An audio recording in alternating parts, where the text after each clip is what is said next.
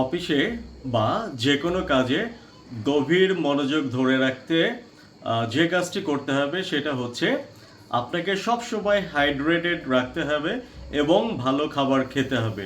Hydrated তো বুঝতে পারছেন যে প্রচুর পরিমাণে আপনার পানি খেতে হবে, কারণ আপনার ব্রেনের যেটা ফুয়েল হিসাবে কাজ করে সেটা হচ্ছে প্রচুর পানি এবং ভালো খাবার। হ্যাঁ, আপনি যদি পুষ্টিকর ভালো খাবার খান তাহলে একাগ্র চিত্তে আপনি আপনার মনোযোগ অনেক সময় ধরে রাখতে পারবেন।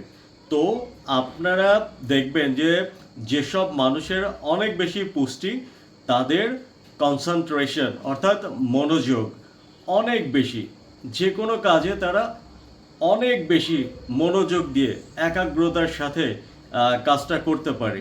আবার আবার যেসব মানুষের দেখবেন যে পুষ্টি কম, তারা অনেক খিটমিটে মেজাজে থাকে, তারা অল্পতে অনেক বেশি রিয়্যাক্ট করে। হ্যাঁ, তারা মনোযোগ ধরে রাখতে পারে না।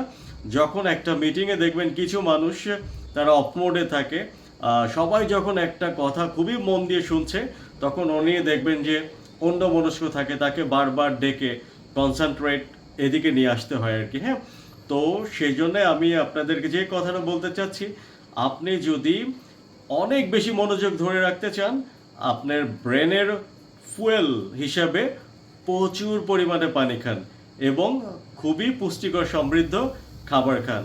আমি আমার কর্মজীবনে একটা অফিসে এমন একজন লোককে দেখতে পেয়েছি যে খুবই ফ্রেশ, তার চেহারা এত সুন্দর, খুবই মানে টসটসে আর কি। হ্যাঁ, তো মানে কি যে বলবো, দেখার মতো তার চেহারা। তাকে আমি জিজ্ঞেস করলাম যে আপনার এত সুন্দর চেহারা এবং এত স্মার্টনেসের কারণ কি?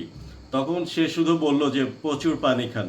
হ্যাঁ, দিনে 8 লিটার মতো পানি খান, দেখবেন যে এটা আপনার এরকম চেহারা, সুন্দর চেহারা, সুন্দর বডি ফিটনেস এবং আপনার কখনোই বেশি অসুখ হবে না আর কি। হ্যাঁ, তো এটা আমি আপনাদেরকে বলছি যে এটা একটা সত্যি অনেক উপকারী একটা জিনিস।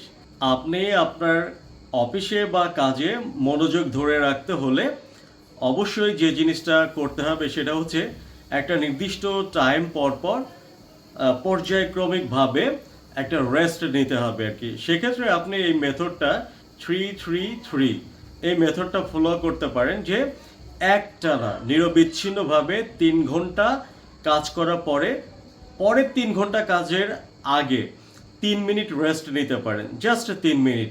এই 3 মিনিট কি করবে আপনাকে নতুন করে রিচার্জ করে দেবে। এই সময় আপনি একটু চা কফি, একটু চোখ বন্ধ করে রেস্ট নিতে পারেন, একটু বাইরে হাঁটাচলা করতে পারেন। দেখবেন যে এরপরে যখন পরের 3 ঘন্টা কাজ করবেন তখন আপনি একটানা মনোযোগ ধরে রাখতে পারবেন।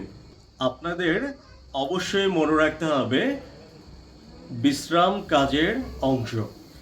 এছাড়া আরও মনে রাখতে হবে short ব্রেকস can enhance your long term focus. তো অবশ্যই মনে রাখতে হবে, যদি আপনি কাজের ফাঁকে অল্প কিছু সময়ের জন্য বিরতি নেন, সেটা আপনার কি করবে, লং টার্ম ফোকাসের জন্য স্ট্রেংথ যোগাবে। Thank you.